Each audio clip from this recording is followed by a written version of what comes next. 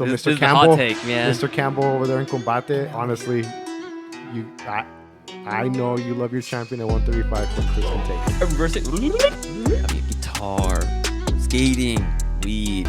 Look, I'm drinking. I need to sweat stuff out. And they just grab like it. And this? it's just like thump, thump, thump, thump, thump, thump, thump. This dude pulls down his pants and then like on his fucking butt cheeks, one of his kiss, mine. You just get in the moment. You're just loosey goosey. You're like, la, la, la. Going like, oh, me howling. He's a chosen one. But yeah, we might get canceled for this, but No, dude, no, that's a compliment. If you want to be fancy, hold your pinky up like this.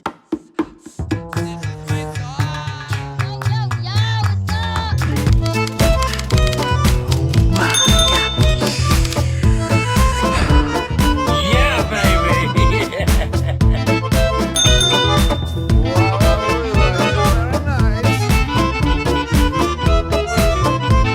all right. Hey, you guys, I got should I say your birth name? Yeah. Luis Romero.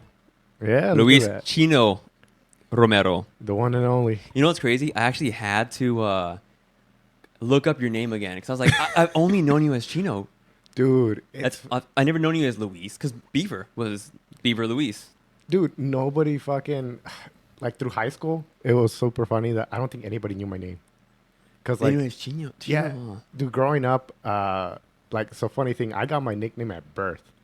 So I was born, and my grandma has a story about like she was there when I was born, and they're like, you know, full of fucking fluid and shit like that, and yeah, my mom says that, and my grandma was saying that they just wiped one side, and then it's just like a slit. Oh. And they wiped the other side and a slit, and they're like, "Oh my God, he's Chino!" Chino. And Sort of like negro. yeah, Yeah, well, in Spanish, you know, yeah, you like can see that. negrito, That's yeah. not. So, hold on, here we go, guys. I'm gonna do this real quick. Turn off the fan. It's about to get real hot. It's all right. Because that noise is bugging me. Dude, it's so hot. Well, you're used to it from the mats. Well, I like those shoes. Yeah, man, custom. Are they custom for real? No, Oh. they usually have like little strings and shit. So but I had to so cut that's the origin stories of how you got your name was because of your mom. Your mom, your grandma.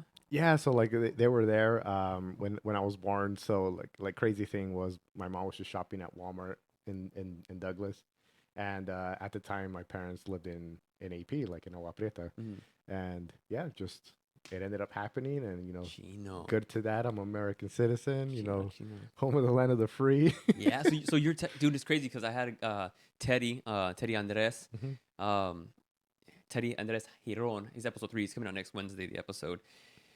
He's first generation, so you're technically first generation as well.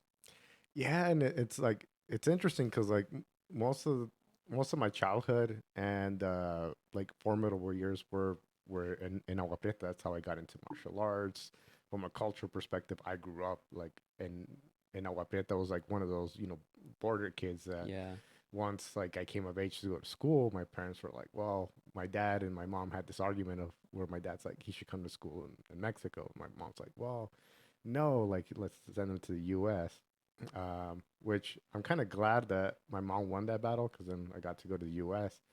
Where Why'd your dad want you to stay in Mexico? I think he wanted me to learn the language, you know, kind of be like again, all of my family from my dad's side, they're all down there. Like, I think I only have one cousin now who lives in Nevada. But everybody else still down there in Mexico. And Do you go visit? I try to not as often It's as I hard. should. You know, life gets busy. After Does a while. Leafstone, your wife? Yeah. Yeah. It's crazy to say, dude. Yeah, right. Well, it's not that long. It hasn't been that long ago. Actually, I have it on my notes just as just a reminder. Because when you're doing the pod, sometimes I still tend to like go all over the place. I'm not like doing it. I can't do it in chronological order. I can't do it how usually people do it. Yeah. But does you guys go down there? Does your parents still live in Douglas? Well, Jessica's parents now like retired and they're living the dream in Mexico. So like that little small so they town actually- that they're from in Baja. So actually, that's where Jessica's at right now. You know, visiting her parents. My parents live in Douglas still, but then from my dad's side of the family, everybody's like scattered. Do they usually come up here because it's just ain't nothing in Douglas. You know what I mean? Yeah, isn't it crazy? We all left and fucking Douglas died, kind of thing. Like, But like well, when I got there, I mean, I had a great upbringing there. I mean, all my best friends are from there. Pretty much everybody I know, like pretty much a lot of my upbringing was Mhm. pretty much in Douglas because the adolescence was like prime right there for me. yeah, But before that, I was told that it was better. Like, was it naturally on a decline? Because you were born and raised there almost. You weren't born there, were you? yeah. No, that's the crazy part. Yeah, I was born there, but grew up in Agua Prieta. But if you grew up in Agua Prieta, it's and the same. it's the Yeah, same thing. but did you see it decline, or like was it declining, or did it seem like it was steady? No, like I think when we were there, I think it was fine. It was like when we left, when all of us fucking left, it just went downhill after that. Like nobody. Is it the recession that happened in 2008 when a lot of us Ooh, graduated, good choice. or who knows, like if the That's true. politicians fuck shit up, or Yeah, Jesus, he's still there. Jesus is Fernie's girlfriend's brother. He might mm, have met him before. He had a band, Maskis Christ, and yeah. that's what he said. It's just the politics out there, just it's shit show. But I did want to bring this up because I don't remember because the last time we actually ever had genuine like man to man or guy to guy talk, never. We never had like we were young back then. We never really like had like real conversations because we were inexperienced, pretty We, much. dude, we were kids having fun, fucking doing stupid shit at the skate park, hanging out with all of our friends. That's how we Yeah, met, right? That's like how we met. Because dude. How old are you now? Yeah. I'm 30, not 33. So we're the same age in a way. I'm not 33, but she's 33. I'm 31, I think. Mhm. Same shit. So, dang. Okay, I'm just trying to remember. How do we meet? Was it from skating? Yeah, dude. So I'm very like I was very good friends with Beaver and like Zacarias Yeah. and everybody. So I think it was one of those things when I actually ended up like picking up the BMX thing and like hanging out with the folks that I would hang out with, like uh I'll just say his name, Ricardo, instead of his nickname that we used to have for him, and Aldo and Bruce. But like I it remember was, those guys. yeah, man, and it was just something I always like felt more comfortable when I would hang out with like Bieber, Caleb, Yeah. Zacharias.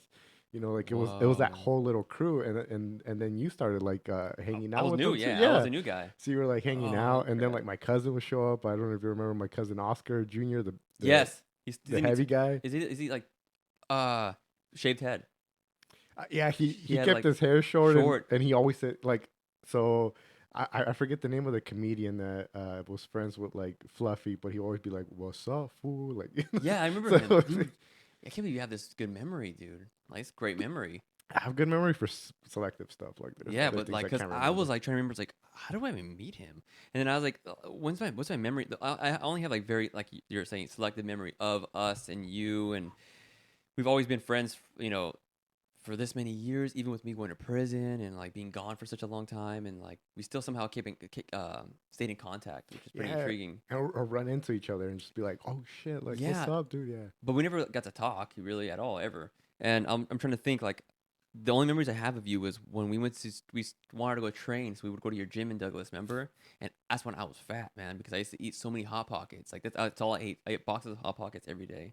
And I remember we would go train with you, and you would just only run us through like you didn't run us through any drills because we weren't in shape. First of all, you just run us through like exercises. And I remember one time you had us doing like I guess like a crunches, and you had like this ruler or this stick, and you kept hitting my belly. And he's like too fat. And he hit me in the belly, too fat. And I was like trying to do sit ups, and I was like, what the fuck? And we Fuck this stopped. guy. I think if I remember correctly, we only went to go for you to train us. I think we're only there for like a couple months. Like, we only went like a couple times because when we found weed, and then once we found weed, Yeah. that was the end. Like we stopped showing up to your gym. But let me pivot. Well, let me just tag on to that story because there's also a second memory that I remember of you. Mhm.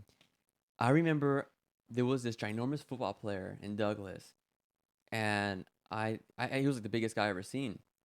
He looked like he was on roids, high school guy. And I remember you said you could beat him up or something like that. And I was like, there's no way. And then you invited him to your gym, and then we all went. And then do you remember this? And he came to your gym, and you guys sparred, and you did this crazy kick. I told my Jess this so many times. I tell my people this all the time because I couldn't believe you actually did it. You don't remember this story? A big guy came to the gym. You went to spar him. He was a high school football player. Yeah, no, I remember, and it was kind of like a sparring session where You he was just swinging and You didn't do nothing. yeah, You pretty much at that time you just pretty much demolished him. Like not fit, like not overwhelmed. He didn't know what to do pretty much. hmm But you did this crazy kick where you kicked at his ankles, you came up at the body, you came up at the head, and then you jumped up and did like, or maybe it was like legs, body. You jumped and did a head kick. You didn't land, but that was when the fight stopped because I think everybody's like, yeah. No, I think I was like, I threw I faked like I was gonna kick his leg, threw a side kick to the body, off of the body, spun to and you throw a spun, spinning hook kick, but I dude. stopped it right before it hit him, Yeah, and yeah. then he was just like, oh shit, like And he was ginormous. yeah, no, he was a He tried to tower it over you, man. Like he was like imposing. yeah. I remember he used to like everybody was afraid of him because everybody would beat him up and Everybody would beat him up. no, I, Oh, everybody would beat him up. this fucking beer's getting to me already. Everybody. Oh, so yeah, you know So- what's funny? It actually, I know you mistaken. So yeah, the Yeah, opposite. yeah. You know, I can't English That sounds today. so funny. It sounds like you're bullying him. Everybody would beat him up, so I beat him up too. Fucking add it to a list. But dude, I remember when I saw that, I was just like, I couldn't believe it. And back in the day, you know, in Los Angeles, I was in gangs. I know nobody believes that's the way I look and the way I act, but I grew up in gangs. That's the way in Los Angeles. My mom was a chola. Like she would encourage me to go fight. Like Mhm. you know, I have a tooth literally right here from some uppercutting somebody. Got gangrene from when I uppercut him. His tooth got stuck, and I got a bacteria. Got Yeah. gangrene. I think it's like 9 or something. And fighting is a human instinct, of course. But Beaver's family bought all the pay-per-views for everything, all boxing fights, and we would go and watch all the boxing fights over there, all the MMA fights over there at his house. And at the time, TiVo was remember TiVo? You can rewind and Yeah. record. So the parents, if we couldn't watch it was so late, the parents would record it, and after school we'd go watch the fights, like the Mayweather fights, like any fight, would watch it, and we will slow mo. And we were always into it, and then we knew you, but we just didn't have the discipline yet to pursue, like fighting or martial arts, which you were doing at our age, at like what 15? Yeah, yeah, no, like it's crazy. It's very sad to think because like time just goes by. So yeah, I've been doing martial arts since I was 5. Since I was 5, so like I think about it, and yeah, just I think it's the an life amazing trait, man. I mean, especially now. I mean, look where martial arts is now. Look where MMA is now, as far as like the spotlight. Like yeah. boxing was always a thing, right? And UFC, what was it? Pride was a thing. Yeah, Pride was a thing. It was a thing, but it was a very like underground. Like it was only people who knew it knew it. Yeah. And but now, like I have been following. I mean, I bet you have as well. Been following UFC since I can't remember, man. Like I don't know. I was 18, maybe younger than that. Yeah, probably. Shoot, I think like the first exposure I got to MMA was so my dad used to work in Double Adobe in the that chili factory that did a lot of the canning. Double Adobe. Yeah, It sounds cool. it just It's like, it's sounds like a Pokemon. Double Adobe, go! go boom. It does. Double Adobe. Damn, I wish I wish I had like some notoriety where I knew like actual like professional artists where I'd be like, I'll pay you if you can draw a Double Adobe Pokemon original. As long as it doesn't look like a fucking Diglett. That's what I was thinking. I'm thinking that literally I was thinking about a Diglett but 2 heads. Oh, like in the middle, it's like what happens before it becomes a Doug Trio and all that. Yeah, Duck Trio. Yeah, it's what I thought. Double. Okay, I'm sorry. Go ahead. Double Adobe. Your dad. Yeah, so my dad was working there. So basically, so we lived in Mexico for the No, I'm just thinking like, dude, at the end of this pod, we're gonna be sweating. that's fine. Look, I'm drinking. I need to sweat stuff out. It's all good. Same. But yeah, so my dad was working at this place, and one of the guys that was like one of the electricians working there, was an MMA fighter. Basically did like some tough man fights, like those like where it's just The OGs, dude, the tough man. yeah, like fights. where you just like throw on gloves, doesn't matter who the fuck you No are, weight go in there, class. just fucking go and swing, right? And he fought in King of the Cage, and the dude was, if I remember, from New Mexico, so like he did a few King of the Cage matches, and he told my dad like, oh yeah, like I do all this other stuff. And my dad was like, oh yeah, my kid does karate and all this shit, and he's like, oh no, like this ain't fucking karate. Like, you need to show your kid this. So like, he sent my dad some of like the first UFC fights, and I think this was like in 2005. If I remember, because I was like 15. I was like, I was still competing and like doing the point karate and like full contact karate tournaments at the time. And I saw these videos, so it's like the Hoist Gracie going through and Yes. fucking choking everybody. Mm-hmm. So With his gi. yeah, Get his like gi on, it's yeah. crazy, right? And then like you'll see this like random dude with one fucking glove and like nothing here, and then like like it was just like watching those fights was just like, No oh, rules. yeah, At like the point, yeah. like eye gouging. There was one where this dude was getting his fucking dick punched in and stuff like that. Like it was like an array of like different UFC events that had happened. And this guy told my dad's like, hey, like, there's gonna be this thing called Pride. And they're gonna show some very good fights. You should watch it. So I'm like, all right, cool. And so my dad was just like, hey, like, like if you like these things, like we'll rent this pay-per-view. So it ended up being like one of the Pride events where they had the light heavyweight tournament. And that was my first introduction into seeing like kind of like more of what we consider more of the modern stuff. Cause you have the old school shit, like Oh. like Don Fry fucking people take Yeah, at yeah, it. yeah. But this was like Shogun fucking running through everybody. Soccer kid. So he gave you pretty much he gave you like the good introductory, like a good it wasn't as raw. It was like it had some technique to it. Yeah, so like it was cool seeing like all the old school stuff. Like I'm a big Don Fry fan. Like fucking Silver It's so crazy you said like, that before you came over today.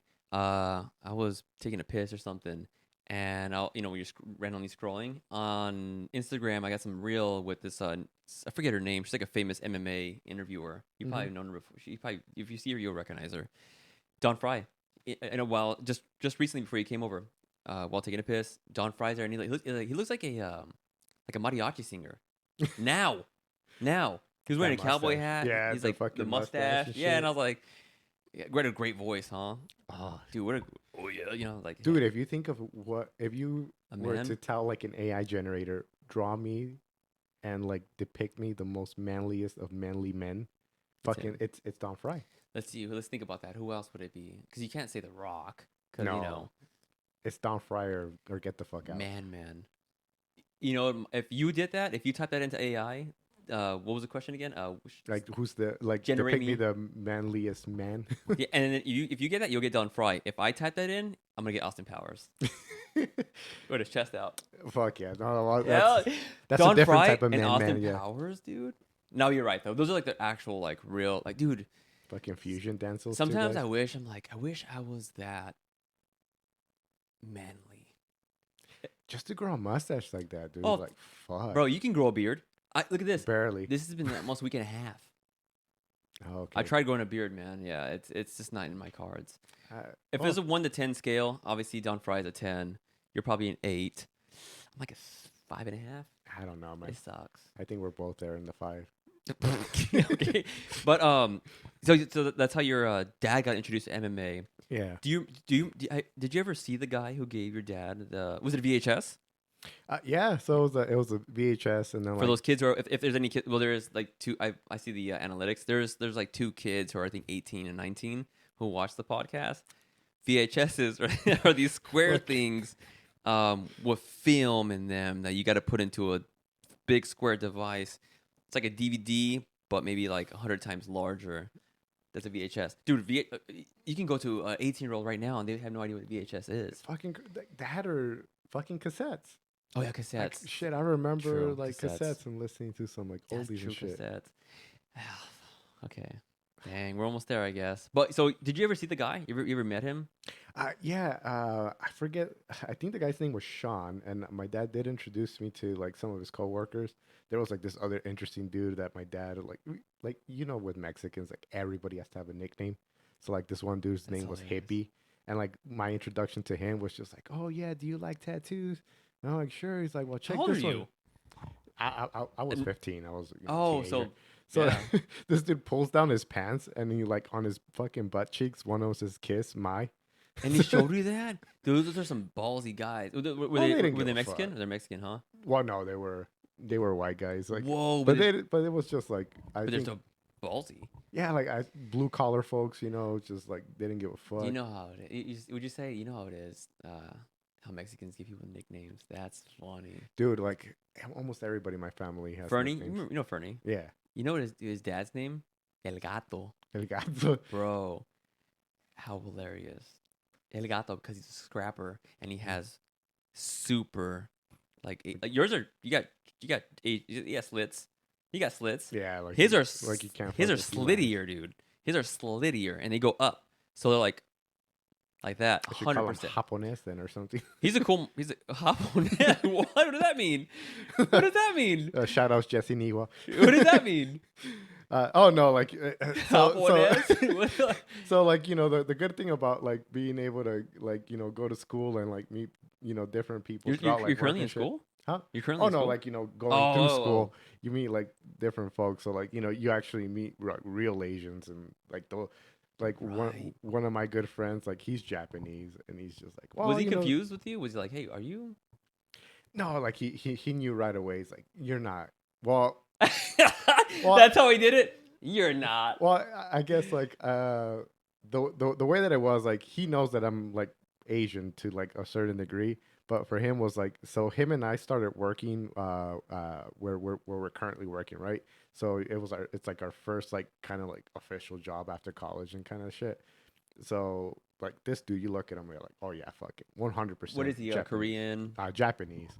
And what do people say that they think you look like? Korean? Chinese. Chinese, Dude, yeah. like I worked at the U of A when I was like a freshman. I worked at the bookstore. And like there's so like this is one thing that I didn't know, and like fucking hopefully nobody goes and researches this, but supposedly they told me that like U of A is like one of the best schools when it comes to English as a second language. So like that's why you see a lot of like folks from the Middle East and like a lot of like Chinese nationals coming down to learn English at the U of A, 100%. and then they send them out to like other schools. But I would like be fucking cleaning up computers and shit like that, or like putting stuff away in stocking because I worked in the computer section, and yeah, I would just have like Chinese customers go like, "Oh, mi hao," and like start talking to me in like Oh. either like Mandarin or Cantonese, and I'll be like, time out, like no, like English or Spanish, I'll help you out, bro. Wow. But yeah, like so it was. I had those type of experiences. But like when I met my friend, and it was funny because like him and I started at the same time. He's Japanese, I'm Mexican with like Chinese ancestry, and everybody at work confused us. And it's crazy because my homeboy has like long hair, curly. I have short hair. And he's the Asian descent? Yeah, He has long hair, curly hair? He's Japanese. So again, his dad's German. Oh. But like his mom, but he took after like the Japanese side like a motherfucker. But with long curly hair, it's intriguing. Yeah, like it's Yeah. long, thick, like curly hair. But like you look at him, you're like, no, Japanese, 100%. Like you would kind of wonder. Do you have a photo of him? No. No. Yeah, But like do you, I'll- but do you have one? Yeah. Right here, we're gonna impose a photo of his friend so we can see this guy with long curly hair. Let's see if I can No, not now. We'll now. just send it to me later, and I'll just impose it. and be like, No, I just I'll just while I'm editing, I'll just impose it. oh, okay. But anyways, so like the funny part was that everybody at work fucking confused us. So I have super short, straight hair. Asian hair. I usually keep a beard. Like this is unique. My wife went to go visit family. She likes me with the beard, so I always have a beard on. So to me, it's like, well, this is where the age comes into play. I have a lot of fucking white hair coming out. So I was like, I'm gonna shave it and see like if it makes a difference. But it makes me more depressed now because like when it comes out, I get the white's even more prominent, and I'm like, God damn it. I'm plucking them. Like, well, I'll be chilling in the car and I like like a little like strangly hair. I'm like, what? And I look and I was like, bam, silver, and I give it to Jess. It's like this is proof that I'm Mushu's father. I was like, Nice. see? Well, I like to tell her like, who's the real parent here? Yeah. I'm the one. But yeah, so don't worry about it. I mean, it's great hair, man. She likes it. She says it's called silver fox. Yeah, like it's one of those things. Like Jessica says the same thing where she's just like, oh no, like I can't wait until your hair's all white and shit like that. But to me, it's just like, That's pretty dope. But it does suck because I feel like I feel mega young. Do you feel mega young? I bet you honestly, do because you're training so often. I feel young, but like I think it comes into perspective sometimes where like you're like fucking showering and you're like, oh fuck, like now I have white hair down there too. Oh, It's like, what oh, the you fuck? do? No, what? Whoa. Yeah, it's like, Oh no, I that's might. when it gets Well, depressing. Yeah, now I have to get. I'm looking forward to that in 2 more years. yeah, just Dude, well, now I know I'm gonna hit up when I get my first gray hair down there. I'm gonna send you a video. be like, bro, check this out, and I'll be like, look, Damn, twinsies. you're discouraging me right now. That's sad. I'm sorry, man. Well, according to from what I've read, I'm not quite sure. I didn't do much research into it, but if you consume copper as a mineral, which is usually in your multivitamins, but they're very low dosages because you can get toxic. Now I feel like you. Now I'm like, oh, what? Anyways, but consuming copper and a multivitamin can reduce the rapid response of gray hairs coming out of your scalp or Oh, pubes shit. in your case. Yeah, goddamn. Well, Dan, we got to edit this out. I mean, it's pretty bad. We went way off. I know we were like from MMA. Now we're talking about pubes But and this shit. happens, man. This happens so No, often. Well, that's why the notes help because sometimes you just get in the moment and you're just loosey goosey. You're like, la, la, la. But I forgot what I wanted to ask you. Watch, check this out. We talked about how we first met. Yeah. We got that, and it was cool. You did tear it off into like, I never knew your father was one of the guy you went to MMA because of like this guy who had tattoos on his ass cheeks that showed you at 15. Yeah, like it's super random, and then like one of my favorite fighters is like Shogun Hua, and that was my introduction to MMA was watching Shogun kind of run through all these folks like Ricardo Arona, like back in those days, like that was a bad motherfucker, and Shogun Was he like? just- What was he like? 185, 170, that was like 170? the 205 class He back in he was 205. yeah, so that was But he like was the fighting 205 like 265 guys. well The white wrestler guy that he choked out. shoot, now Was I'm it- confused. Yeah, it was for- it was in UFC. He was in gi. Oh no, for Hoist Gracie. So like the videos Oh, but like that first pay-per-view event, the one that kind of like, like when you watch like a specific fight and you're just like, fuck, like that's a bad motherfucker, right? Mine was way later than yours. Way late was Edson Barbosa. That's the guy. If I can be any type of style, it would be like him. Dude, he fucking ruined Terry Edom. Like that fucking spinning hook kick that he hit him with. What happened? Oh, go back. Sorry, go. Sorry, go back. Go back. Yeah, see, it didn't happen. Yeah, but no, fuck, Edson Barbosa, bad Yeah. motherfucker. But Shogun, But yeah, like or it was a Gracie. You're talking about Gracie. so yeah, like a lot of people like you hear all these other fighters like, oh, Hoist Gracie and this and that. Like I'll be 100% transparent. Like jujitsu, like I do a lot of jujitsu because it's a necessity. Yeah. Like you can't be like any type of fighter without not having like having that as part of your tool set. Hashtag no gi. That's in your bio. Yeah, fucking pajamas, fuck that. But that's the reason why I haven't gotten a black belt in jiu-jitsu probably because I refuse to do gi. Yeah. But it's not. It's no longer, in my opinion, it's no longer. It's good for grip strength.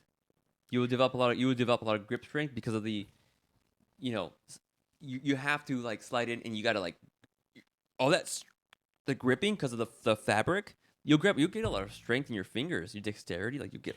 yeah, But it's not crazy. useful in everyday life. That's for like back technique for like tuxedos, and nobody was wearing slits anymore. Like ties.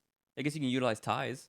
But who wears a tie? When you go out, I who know. has a tie? And if they do wear a tie, I mean, your first instinct is to fight that person. Usually, if somebody wears a tie out in public, they're they're logical. They're stand-up people. Or they're gonna sue you. Like, Which is way better. Yeah, so like the gi, in my opinion, it's probably good for I guess technique, but also like finger strength, right? Because you're tying a lot. Yeah. But in real life situations, like you can't really use gi in like UFC. In what situation? Yeah, like I guess like if somebody's wearing a jacket, like you're in New York and somebody's wearing a jacket, there's definitely benefits to it. Like Yeah. I'm not trying to shit on it. I'm not 'Cause, either, like, dude. I'm not either. I can't fight. I'm a purist when it comes to martial arts, so I understand it. But for me, it's like it's more of like the necessity of like I have to learn this if I want to like be competitive in any type of way or shape or For form. you? Yeah, like from like if like let's say if I wanted to do an MMA fight, I can't just be a pure striker and then like Oh no, rely on that, right? But no, So- but you being a no-gi jiu-jitsu grappler versus you being a gi grappler, like it doesn't really translate into Not necessarily, because again, like it's I honestly feel like it's two different dynamics. There's definitely stuff that I can do like in no gi that will transfer over to like gi jujitsu, but like with the gi, there's like certain stuff that's definitely not like if I'm trying to do like there's like different types of guards that you can leverage, like a lasso guard where I'm grabbing onto the gi sleeves, wrapping Oh. my legs around the person and like manipulating them, kind of almost like a I don't know, like a puppet master type of thing. Yeah. I can't do it. Like I can try to do that at Nogi, but somebody's just gonna like, wipe off and nice. Look at that. Some Mr. Miyagi shit right there. Well, I got really. I wish I was a fighter, man. I do. I mean, it's just like, oh, I know you train on Thursdays. When I talked to Leaf Stone, Mm-hmm. is that why you married her? Because she has a Pokemon element name. Oh, cause like she evolves all the cool Pokemon. No, but that's so dumb. That's such a dumb joke. But yeah, when I bumped into her on Target, she's like, yeah, he trains on Thursdays, and I was like, interesting. It's like, and we both live, in some. You have to drive. You have a distance to drive, right, to train on Thursdays. Yeah, no, all the way to Green Valley, so it's a nice. Oh, so it's the opposite direction. Yeah, so it's like a nice 30-40 minute drive depending Yeah, on because I was traffic. like, I would love to go and I just want to watch because I just want to see you guys drill, spar, which I do. You took the effort to come over here. I have the opportunity now with this new job where we can carpool and I can go Thursdays. I just want to watch and Mhm. just see in person like how you guys just do your thing. And I'm gonna transition into one of my questions I have written down because I don't want to forget this because I'm gonna start forgetting this because just so you guys know, me and Chino, we man, we got loosey goosey and this feels good. I need a little more, but I do want to. I want to be serious here. I do want to transition to this. Pete Rodriguez, aka Dead Game. Yeah. You train with him.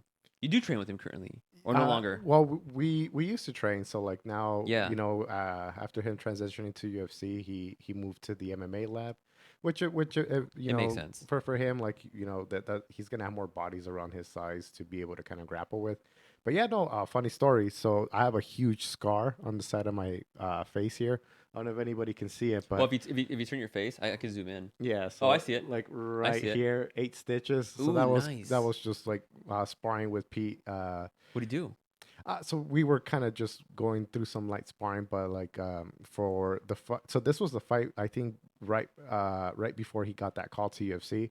So I think if I remember correctly, we were prepping him because there was going to be some guy that was going to try to wrestle him, get him on the ground, try to submit him. So I was kind of trying to emulate that, Mm-hmm. throw some strikes, going for the takedown, take some strikes, throwing for the takedown. And Pete does this very unique type of like question mark kick, and on one of those, it was just bad timing. I went and shot in to get a single leg on him right when he started throwing that question mark kick. So I ran right into his knee.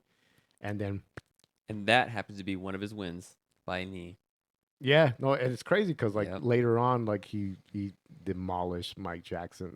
Because I only knew him because you were posting about him. You were training with him at the time Hmm. when his UFC debut, and I think he got like out jabbed though. He was getting jabbed like crazy, and Yeah, I was that like, Australian guy is I was just just like this.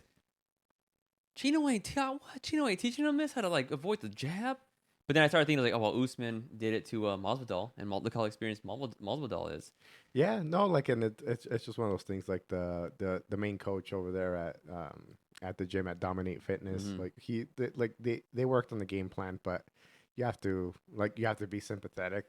Can you imagine doing your UFC debut like on a week's like couple Oh, weeks notice? oh, So it was like a call where like they just needed somebody to jump in. He got the call. He said like let's go ahead and do it, and then you do it on a UFC pay per view. a lot of pressure. Nagano versus Gon. Like, Oh my, can you imagine somebody who's fought like in all these no, regional shows no just way, going in and having that like 20,000 no, people, and no, so like it's just one of those things. Like yeah. I honestly feel like he'll like well he showed in his last fight. Hopefully we'll get to see him on the next ones where He has a lot of potential, man. He's really good. I mean, similar concept with. I mean, a lot of fighters get introduced to UFC that way, where they get Mhm, like a 1 week notice. Like we just saw recently with Bo Nickel and mhm. that one guy who's a lawnmower, the black short dude, Bo Dude, Nickel. yeah. But Bo Nickel knocked him out. Dude, Bo Nickel's a beast, and it's super funny because like a lot of like the fights that we sent like a lot of our amateurs through, like that's where Bo Nickel got to start. Like the main coach over there, like he's a good friend of mine. I guess Where, to, where, main coach where? so like to tell the full story. So when I was training martial arts and karate, I started in Agua Prieta, and like I started with like Cuevas. Francisco Cuevas like is like was one of the first main karate teachers.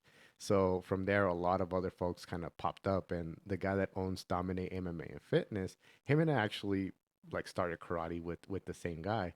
And then later on, he took over like a lot of the training in Douglas, so he was my instructor. So when I was like a kid, like in middle school, going into high school, he was like my karate coach, and like him and I were actually he's the one that got me into jujitsu also. That's a wild. But now like it's funny because like these 20 some odd years later, like we're all back together, training at this place. But so he has so he's been sending a lot of our amateur fighters down to Florida to Pensacola to this promotion called Island Fights. So that like he actually has a picture of like when Bo Nickel did his MMA debut at the amateur level there for Island Fights. Shout out Steen Tool. But Team Tool. but yeah, like it's like he wrapped Bo Nickel's like hands for his first fight where he just like went Did he over know at the time that this is the level that Bo Nickel was? Obviously, collegiate wrestler and so on and so forth, but like that he would adapt to striking this fast.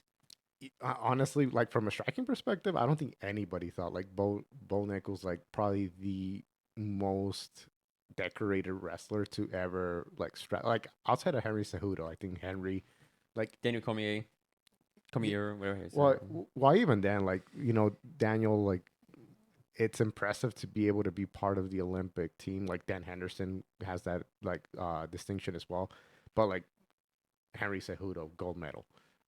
double champ. Yeah, and then you have Bo Nickel. Bo Nickel, like from a from an amateur wrestling career, like I don't think anybody can top him.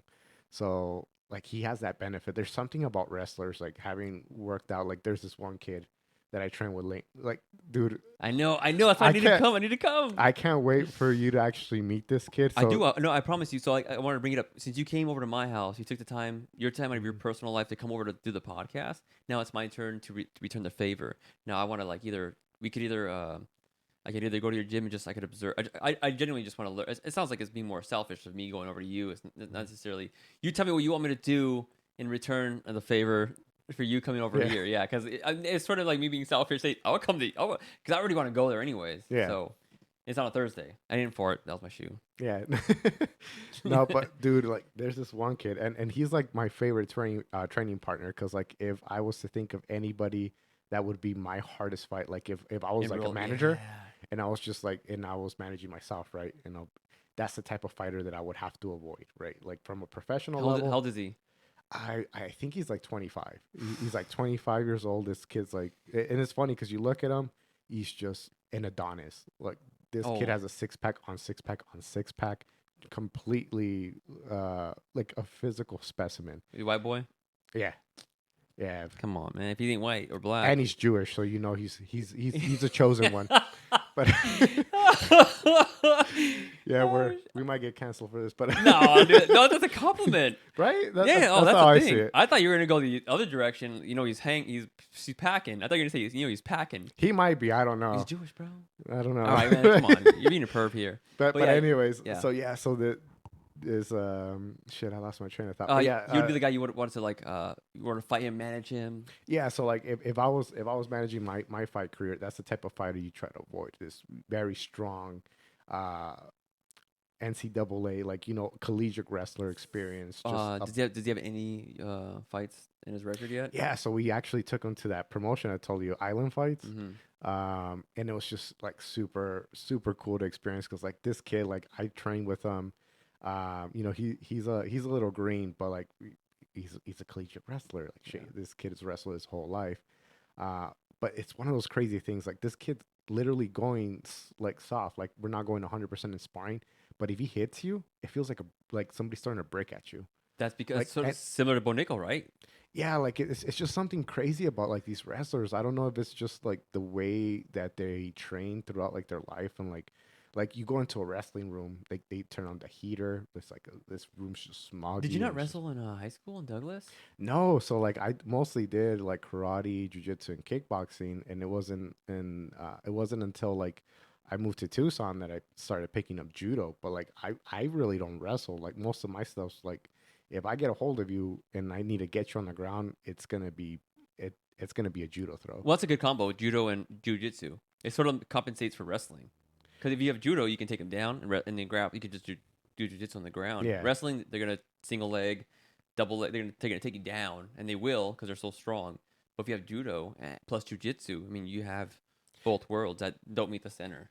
It definitely helps. I think the one thing that I like about wrestling is the mentality. Like these dudes are just it's hard to break them. Let me pivot this. This is one of the questions we got on Instagram. So this is an Instagram question we got on the stories. This is from at AIXAGIEZC. Let's see if Chino can pronounce this. That's the Instagram username right there. Oh, okay, yeah. I can't pronounce that, but I'm gonna put up her question right here. I'm gonna impose it so you guys can see who it is at whatever the name is. What is the best martial art in your opinion? Oh shit. That's the question. That's a tough one. Well, we're in the conversation of all yeah. these judo, jiu-jitsu, the mindset of wrestling. There's karate. I mean, there's so many. Dude, like I honestly feel like like any type of martial arts is good. Like it just depends on what the purpose is behind it. So like for me, I wouldn't change anything of the stuff that I learned. Like for me, I enjoyed having a journey of like going through karate. So like for me, the way that I live my life and the way that I like the way my character was built, for me, karate like kind of tops it. If I had to be more looking at it from a competitive level, I would like. It's weird because I think wrestlers will be like, "Fuck you!" Like that's not a martial arts, bro. Like the fuck. I don't think they would, man. Well, I don't think they don't think that. I think wrestling's like kind of its own thing, right? Because like when you think martial arts, you're thinking of like the kimono. You're thinking about like the Japanese type of influence. You're thinking of like like the I don't kung think fu. people did that anymore. I think in the past they did. Now I think every martial art is considered like a sufficient martial art. Like I mean, look at Stephen Wonderboy Thompson, karate based. Connors, well, at one point he was karate based. Henry Cejudo was a karate based, and these are prominent names in UFC, and they're karate based. So Yeah. I don't think any fighter like currently any fighters now would even just discredit karate at all. Well, I think I'm not trying to discredit karate. For me, I would be more from a competition perspective, right? Oh, Like yeah, yeah. so for me, like Oh yeah. I like karate, so like I have like a certain bias to it. But if I had to like if I had to start with the foundation of like what would be like the best martial arts from a If competition you had a child, perspective, if you had a child and you were to raise him in a martial art, what would be the first one? wrestling.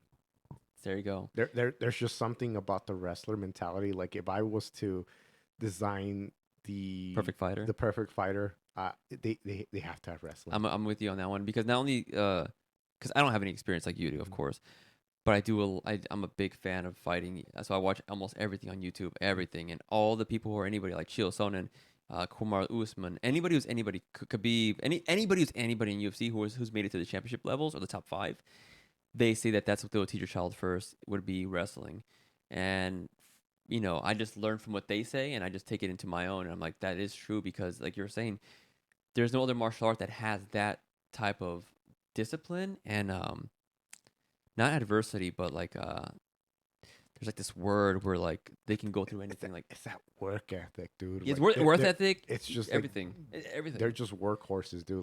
Like going through and seeing some of the workouts that some of these kids are doing, because like the gym where we're at, like there's like a Dominate Wrestling right next door to us, and like seeing all these kids that are like there from like the Saurita, like middle school and high school, like there's some fucking Yoked beasts. Like the little girls and like the little boys are there, dude. Like I wish, it's crazy. dude. It sucks because when we first met, we were gonna go back to where we first met. It's like, I was just a kid. I mean, guitar, skating, weed. I was like just living, friends, Yeah. partying. I mean, I thought you should be doing when you're that young. I guess maybe not. It It depends, good. right? It was But good. sometimes I was like, what if I would have went down that road? Like just if I didn't have guitar, I would have went down. What else would I have gone down? Probably UFC fighting, MMA, because what else would I have? But I was too focused on skating. Skating was just for fun. but guitar was like the thing for me. Like I was like, it's all or nothing. Yeah. So everything was just blurred lines from then. But I was like, you got to experience that, for yourself, and it's amazing, man. And just amazing that like I know somebody that's just that's who you are. That's like you're as a human being, as a character, like that's you. Like you actually have fights. You've done your whole life. You've done it all. Like I'm a casual fan. That's what sucks.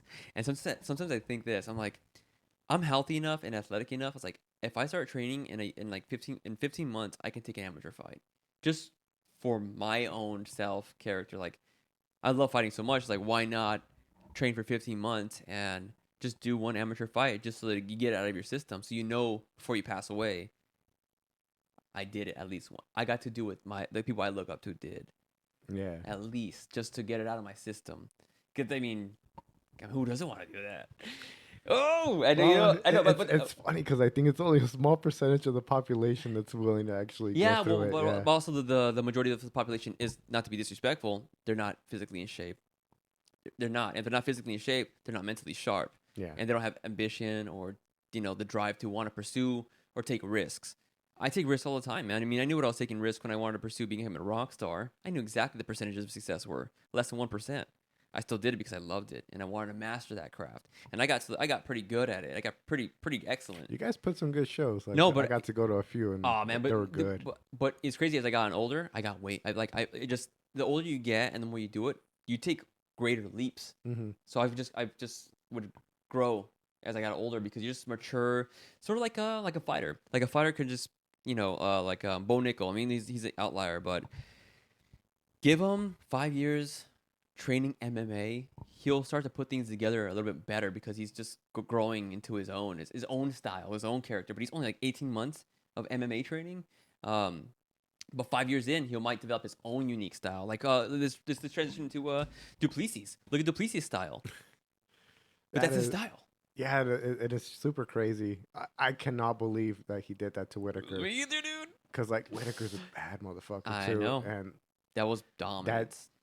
And it's funny because like a lot of people, like I saw online people talking shit like, oh, fucking Whitaker's like washed up and he got dropped with the jab. I'm like, that was fucking clean. Like when you get hit with one of those shots, and he's a big man. He was that's thick, a big dude, very big, thick, heavy. Like obviously Izzy's taller, but it's the density of Duplessis. His density is large. He's just a big, strong dude. Very big, and he's a great grappler. Good technique, yeah. Yeah. Well, from what I've been hearing from like the breakdowns of other analytical fighters, they say that his style is actually weird. His technique isn't standardized. He just has his own style of fighting. Like when he threw that jab that stunned Whitaker, it wasn't like a normal jab. It was like a weird, like unorthodox jab. Well, and it's even then, like sometimes I feel like some of those, like the commentators when they're watching it, they get a little bit too into it. But like basically what it was, he studied Whitaker. Whitaker runs into that kind of stuff like that. It was a very similar thing that happened to him when he fought Darren Till. So Darren Till, instead of getting him with the jab, he got him with an elbow when he dropped him. I think it was like in the fourth, fifth round when they fought. Mm-hmm. But Whitaker kind of leaves himself open with those type of things because he fights with his hands low. He has that karate style base where he's trying to blitz. And I think Duplessis, like they knew, and like he has, whoever worked that with him in his camp, like they were studying Whitaker like to the T. He talked about it. They knew that he was going to that was going to be open, and he was going to catch him on that because you could see that was a setup. Plus, he blitzed them too. Yeah. When you're that large, and you blitz somebody, it's very imposing. Like. Mm-hmm. I think who was it? I believe Whitaker. I think it was the first fight with Izzy. He tried to attempted to blitz Izzy, but Izzy. Remember that weird knockout when he knocked him out? Oh, when he did that fadeaway hook. That weird, yeah. Thing, yeah. But he was pushing forward, Whitaker. I don't know, but you see more than I see, so you should. I would suggest you guys, comments, whatever the people say. He wants to do a Twitch channel or wants to do a podcast or wants to do something where he does the post-fight UFC commentary or just like fights, like the random videos I've done was like 100%, like 100%.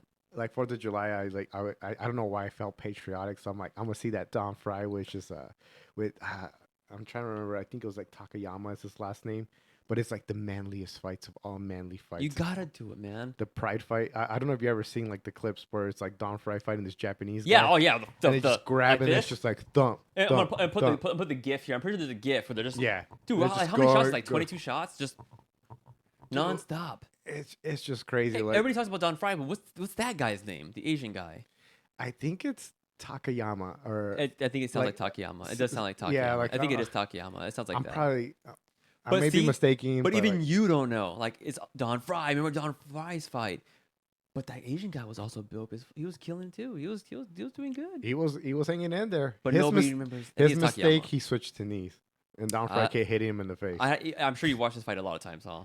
It's one of those fights you always go to because like anytime like people tell you it's like, oh, you like MMA, have you seen this fight? And I They bring think up even that. like most folks that are like casual viewers, Let me think. that's the fight that when they kind of think like, oh, have you seen this fight? What would be your fight if somebody's like if you're like the first thing that comes to mind like doesn't have to be in the UFC but like a fight you're like, oh, I remember this fight. I remember almost every single move. Damn, there's so many fights. Well, 'Cause I bet for you. I I've been- bet because you train too, so I bet you see so many things. and I'm a huge fan. Like I love watching boxing. I love kickboxing, and I love watching like MMA in general. But like the one fight that I really enjoyed, shoot, there's just so many to think I know. I'm of. so sorry. Yeah, I know. I was like trying to think too, and I was like, if I can't think of one in particular that I do remember one. Remember Cyril Gahn versus Tai Tuivasa? Mm, That fight I loved because you never see like he was just attacking the body with the front kicks, yeah, and he just kept going, and I was like, he's landing them, and it's nonstop, and it just his Cyril Gahn has phenomenal movement. I personally think he was just the energy and the lights were too big because he knew it was like I can't believe I'm fighting John Jones, and he's honestly he's not as experienced as all the other fighters. He's only what 4 or 5 years in MMA, 3 years. Cyril Yeah. Gahn fighting the GOAT. So it's a lot of like intimidation. Like, oh, I looked up to this guy. I know who this guy is, because he got demolished like that, man. And when you see his fight, he got demolished by Francis too. So I'm wrong. yeah, but I'm wrong. but even then, like But with the Tai he- Tuivasa fight, his striking was amazing. yeah, no, he picked them apart. Like And not only that, but he also showed his chin. Mhm. He got knocked down, I think got twice, back I up, think. yeah. And he saw, I think, oh, okay, and he just picked them apart. Like I was like, whoa. I was gonna bet Cyril Gahn versus Jones. I was because it's like I don't see how Jones could handle that speed and technique. But I didn't consider grappling. No, for me, like it was a shoe in. Like there was no knew? way. I did not think that there was like any way that Cyril Gahn was gonna get through John Jones. Really? John Jones is a bad. Well, it was his first motherfucker, dude. heavyweight. It was his first heavyweight fight, man. Like I didn't know how he was gonna perform. I think John could have walked in at 205 and still like take out most of those heavyweights. Like I like Stipe. Oh, I he's love just- Stipe Miocic. It's Like over. fucking immigrant mentality. It's- Like, ah. but dude, Jones is gonna I know. fucking take him to no, school. and you know it's true because it's gonna be very bad because not only is Stipe Miocic gone through like many of like the worst knockouts in heavyweight division. He's got knocked out wildly. Remember for Francis? Well, that last knockout was pretty rough. Like But I think before that he got knocked out. Not the fight before, but like prior fights, previous. Cormier, yeah. Like, he got knocked out. He's gotten hit a lot, dude, because he had a chin, but he's getting older over time. But the point I want to get to is when John Jones said that after he won Cyril Gahn, like he went straight to Stipe, and his words and his facial expression and his intentions, you could just feel through the camera. It's like I say it respectfully to Stipe. I would take time off from being a firefighter right now, and I mean that with all due respect. My whole world is going to be focused on him. This is the biggest opportunity in my life to beat the heavyweight GOAT, and I'm going to give it everything I got, absolutely everything I got. Stipe's talking about the fact that he's heavier than me right now. You know, his head's already in the wrong spot if he thinks weightlifting is going to beat me. He'll never be younger than he is right now. He'll never be faster. And I'm going to not only beat Stipe Miocic, I'm going to finish Stipe Miocic before the championship rounds. like you better train as hard as you want. It's like because he's like in his mind, John Jones is like Cyril Gahn ain't nothing. It's like my goal is to beat Stipe and I'm out. And he's like, so I've been training for Stipe this whole time. Yeah. And so he's just like, it was right after you fought. He's like, right at the camera, just right at Stipe, like, train as hard as you want. His attitude was just like, just I hope you just come. Dude, it's like, because I'm gonna fucking demolish you. John Jones knows he's a shit. 100%. That's No, he what- is. Yeah. And you know what's sad though for us is like as fans, is like he's gonna retire after that because after that there is another fight that he should fight, but why? What's his name? Sergey. That guy's a phenomenal powerhouse, dude. Do you see what he did to Dominic Cruz? Sorry, Dominic Reyes. Dominic Reyes. He fought Dominic Reyes. One hit, massively red. He knocked out Dominic Reyes. Shit. No, That's the white guy. He's like he's thick but yoked. well, that's like heavyweight. So. Oh yeah, right. Lightweight. So he that, fought. Is that Jerry Prohaska? Oh no, Yuri Because Prohaska lightweight too. Jerry's the one that he ruined wrong. fucking Dominic Cruz. No, I mean, yeah, no, you're right. Oh no, Dominic Cruz. No, Dominic Cruz I know. We Bantley. keep Dominic saying, Reyes. we keep saying that. We both keep. Well, Dominic Cruz. Shout out. You're from Tucson. Yeah, Shout out. Tucson's own, man. One of the most brilliant analysts, breakdown fighters of I think of all MMA. Right? He's a genius, dude. Not just that, but like, man, when that dude was in his prime, that is like, I feel like that's one of like the saddest stories in MMA. He's still gonna fight. He is, but like, it's just sad that dude got plagued with so many fucking injuries throughout his yeah. like career when he was in his prime. And depression. How can you not be depressed? 100%. Imagine being on the top of the world and then having injury. But he also talked after about it. injury I after watched an interview injury. with him. He said the same thing. Imagine. He said, imagine. He's like, imagine if your only outlet is fighting and exercise, and then that all gets taken away from you. Injuries while training is one of the toughest things you can ever deal with. I was so depressed at one point, I just didn't really want to live. Rest. I think the biggest thing I learned through the injuries is when in doubt, focus out. When you're really doubting everything in your own life, focus on who you can make a difference for. And he breaks it down in an interview of like what he went through in 2 years of mental breakdown, Rough, which is true. You know, you're right. Yeah, it's damn. We're confusing Dominic Cruz and Dominic Reyes. Let's take a break real quick. You down? Yeah. Take a break. I need Yeah. to get more. I need to get more churro tequila. This is brought to you by Churro Tequila. Haha. Take a break real quick. Oi, oi. Damn, it's hot up in this bitch, dude. No, I need to break. I gotta pee too. No, that's. Dude, we're gonna be all over the place. I have so many more questions. I just keep forgetting because It's hard not to jump around. no, we're only 50 minutes. That's the crazy part. So, how was it that you thought like, oh shit, like this dude drinks IPA? Let me get back in the mic.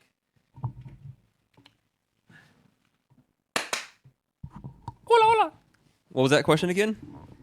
All right, I think we were talking about beer. So it's How did I think to pick up IPAs for you?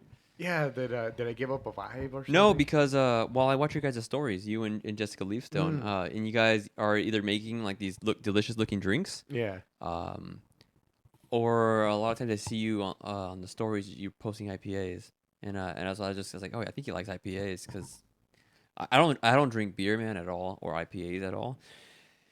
But if I had a choice, IPAs all day because they just have flavor and like diversity and texture. Beers to me is just fucking trash. Oh shit. I don't like beer at all, bro. I've drank it before when we were growing up. I used to drink King Cobras. Is that beer though, or is that malt liquor? Oh, it falls on the category of beer, right? See though, Yeah. but then I would drink like Budweiser or like Heineken. Oh, well, we were in high school. We drank whatever we were able to get our hands on. I know, but I didn't like it. But when I would drink something I did like, I was like, oh, this is my thing. And I just for health concerns wise, like, you know, if I'm going to drink, I like to do as much as possible to mitigate any of the side effects. Yeah. So I'll drink like straight tequila, like clear with like electrolytes, or tequila with like a big thing of pure lemon juice. Because when you drink a shot of pure lemon juice, it releases N-acetylcysteine, glutathione from your kidneys naturally. So you're pretty much helping your body metabolize alcohol you're mitigating a lot of the side effects, which is, you know, unfortunately it is brain damage, muscle tissue damage, heart tissue damage. It's a lot. So that's why I'm getting white hair then. So no, fucking that's not. IPAs then. No, yours is just because from cortisol, just Yeah. cortisol. But it could be genetics. Did your father have a lot of white hair? Beard, yeah, but Yeah, my tata and my dad, they're very what do they call it? Salt and pepper, Mm-hmm. and I have that because I seen when I was growing up, I seen my tata and them, and I was like, oh yeah, I'm gonna have the same exact thing. So it is what it is. I mean, I hate it, but she likes it, so that's all that matters really. Yeah, just for men, you know. But Shout out. oh hell no, dude! Once I start getting like some prominent gray hair, I'm gonna dye it blonde, like a You're going damn. Super Saiyan and shit. No, dude, I'm gonna become I almost said Luthien. I was gonna be like, are No, you gonna be Gordon Ryan and this is shit? so Just- embarrassing. Oh, dude, he looks so cool, like that. 100%. just No, white and 100%. shit, I'll dye yeah. my hair like that. What is it? Did you watch House of Dragons Mhm. or Game of Thrones? Oh, dude. What do they Go call? What do deep, they son. call the The gray? Targaryens and shit? That's hot. Sure. Anyways, but remember the meme I shared and you shared it as well? It's with Ryan Gosling and Steve Carell. It's IT and salesman, dude. Ain't that funny, dude? Because it's true. That's exactly how it is. Yeah, IT sales with the fucking IT person. Yeah. It's funny because you're IT. Yeah. I'm sales. Oh shit! There you go. Look at the apparel. Well, yeah, like you have you're all fucking. No, I nice love. and sharp. I and love clothes, dude. I'm here with my bird dog. Before Shout out. before COVID, I had my own apparel company and I was doing really freaking well, man. I was selling denim jackets. I just sold 2 denim jackets recently. Dude, well, Jessica has one of your. Oh denim yeah, I jackets. forgot. Fucking That's I dope. wanted to bring that up as well. It's in my notes. You guys have always supported me since the beginning. When I started the company, Leafstone bought apparel from me, and that was my first custom batch, like pure custom. I'm talking about like from the fabric to the design to the prints to the graphic. It's a lot more complicated than people think. Like people think that if you're gonna start a clothing company, that I guess you just do it. But the intricacy Yeah. is you gotta get the graphic art. You gotta hire a graphic artist, which costs a decent amount of money depending on what you want.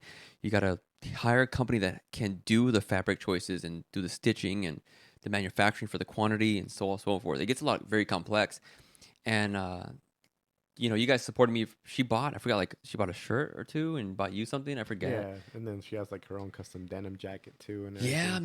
man, and that was just the beginning, and I had my eyes set on being professional. Like those are the prototypes. Like that's what only I could afford. Cause dude, it's expensive to start off. It's like a lot of money, cause you're not buying massive quantities. You're buying generous quantities. And I was really looking forward to that. And of course, COVID happened, and that's where I wanted to lead into is like, you guys got married before or after COVID? Because you guys got married in 2019, correct? Yeah, so it was right before. So we ended up getting married right before all this COVID stuff happened in 2019. You can bring it down So- too, like this, like how I have it. Yeah, I think it's the movement's here. But yeah, no, it was like right I before. think so, the movement is here. Look. There you go. I think the movement is here. But yeah, you guys got married before COVID. Yeah, so November of 2019, and it was like it was such an interesting time because like if we would have waited a little bit longer, yeah, like it just would have been crazy. But even our wedding day was super crazy. Like one of the interesting facts of like our wedding day, so when we got married, our venue so we had like a religious ceremony there in downtown Tucson at the I know where it's at. yeah. Yeah. And then we decided, we ended up like booking a venue like in downtown. For some reason, the city decided to switch up the parade of lights. So right when all of our guests were trying to arrive, they started closing down the streets because of the parade of lights. So it was such a headache because we had half of our guests like that actually made it before, and then we had half of our other guests trying to get to our venue, but they couldn't because all the streets were locked down because of the parade. So like Jessica's grandparents came all the way from like the small town in Baja. That's like a 16-hour drive for them to get here to come to the wedding, and they were struggling to get through. So it was like super hectic. The only positive of it is that we have an interesting story to tell now. 100%. And we did cut through the parade, so it is. I think I'm pretty sure there's like some Snapchat stories out there where they saw a bride and a groom walking through downtown Tucson. Were you guys stressed out during that day, like because of the whole unfortunate events? Dude, it was very hectic. But we during because you're gonna get married, right? You knew the situation during that time before you got married. We didn't know the parade was gonna happen, so it was just like we finished up at the church, and we're trying to get to Oh, so our you already did the whole ceremony stuff. yeah. So like we did Oh, everything, and okay. then we were like trying. So like we were technically married, right? But were you But stressed out beforehand? no, like to me, I think like the stress piece was actually the Let's take it back. I'm sorry. Uh-huh. Let's take it back. You gotta take me through this because, you guys been together for what 15 years now? uh, 13, 15? yeah, since 2008. So it's I don't quite know. some I can't do time. the math. 8, 9, 10, 11, I 12, know. 13, 14, I'm in 15, IT and 16, I'm 17, bad 18, at math. 19, 20, 21, 22, 23, So 15, that's 15, 15 years. 15. Yeah, I was right, dog. yeah, Um, on the spot. all creepy stalker. No, I just gets my notes. So my question to you is, I'm sorry, I went off on a tangent. My question is to you is, can you walk me through like your mindset? Because you proposed to her. How did you propose to her? Thank you. Please, please, Yeah. come on. No, so like, so I'll be 100% transparent. So She proposed for to me, me? no, no, no, no. For me, I was ready to marry Jessica like Knew it. the day that I met her. Like for me, like she was always like I always knew she was the one. Like our lives, like we went on our own journeys. We found each other again. So cool. But for me, like it was always like there was a lot of stuff that that our relationship went through that we weren't able to get married like sooner. Yeah. But when we got married when it had to happen, but the way that the proposal ended up happening, the my initial thought was when I was like we were like okay, like we're in a good place, like the stuff that that we're we both are finished with school, we have our careers already defined, we just bought our house, so we're just like okay, like Oh, this before is marriage. yeah, so it's just like for us it was just like because like obviously like you can do marriage in a way where it's just like you go and get the paperwork done and boom you're done, or you want to have the experience of bringing families together, but it costs money, right? Well, most people don't do what you guys did. You guys were very like strategic in the sense that you guys are like, we're gonna finish college, we're gonna get our careers set. Like you guys are very strategic, which is Mhm. that's if if I believed in marriage, that's how I would love to pursue my marriage. Would be like, let's be smart about this. Like, let's just do what we have to do personally. That's amazing. Like, so I'm sorry. Continue. Yeah, so basically the thing about it was like I ended up buying the ring, shipped it to work to make sure that because obviously we're living together, right? So she wouldn't know about it, and it was kind of like trying to like define like okay, like how should it be done? So I actually met Jessica at the Cochise County Fair that Oh happens. yeah, So yeah. like the first time I actually like met her But did was you like her beforehand? I had never met Jessica, But you right? knew So of like, her. 'Cause no, I didn't know Jessica, period, right? Really? So when I the swear first we've partied together before. 'Cause remember at the time Levi was with her? yeah, so like, well, when I actually met Jessica was actually, I had never seen her. I had no idea who she was. So the way that we actually met was we all like we were at the Cochise County Fair, right? Uh, and I was hanging out. I remember I was hanging out with like Damaris and like and everybody else there. Dang. And then what ended up happening was I think I was like hanging out with like I think you were there. I was hanging out with you, Beaver, Most Zacarias, and likely. like everybody. We were all Most there, right? likely. And I just remember this random girl comes up to me. We were just chilling, talking shit, like in front of a merry-go-round. And this girl just comes up to me, and this girl like with her rocker belt, she had like a sweater that was white and like purple striped, and just like shows a ice cream cone to my face, and she's like, "Hey, can you hold this?" And I'm just like, "What the fuck?" I'm like, I didn't know what to say, and I'm like, okay. And I held this cone, and she just like gave it to me and ran up with her friends to go and get on this merry-go-round. Uh, I don't know. She just captivated me at that point. So I just gave her cone back. The one thing I never told her until like later on. Yeah. It was that like she gave me the cone, so I started eating it, but then gave it Oh, back. you're, well, it's melting, dude. It's melting. Yeah, right. So, but she never knew that until like later on. It's so young. Dude, we were all, what, 15, 16?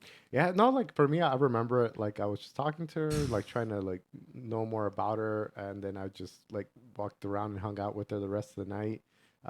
Played a few of the Wow. like little games that they had there. I remember I won her like a little like stuffed like Pluto and stuff. Um, and Dang. yeah, and then like I would see her more around school, but then it just ended up being where, uh, our paths just didn't coincide. She started dating Levi. I was dating Yeah. some the other girl I was dating for when I was in high school, but it was funny because like I ended up like my relationship ended with the girl I was dating at the time.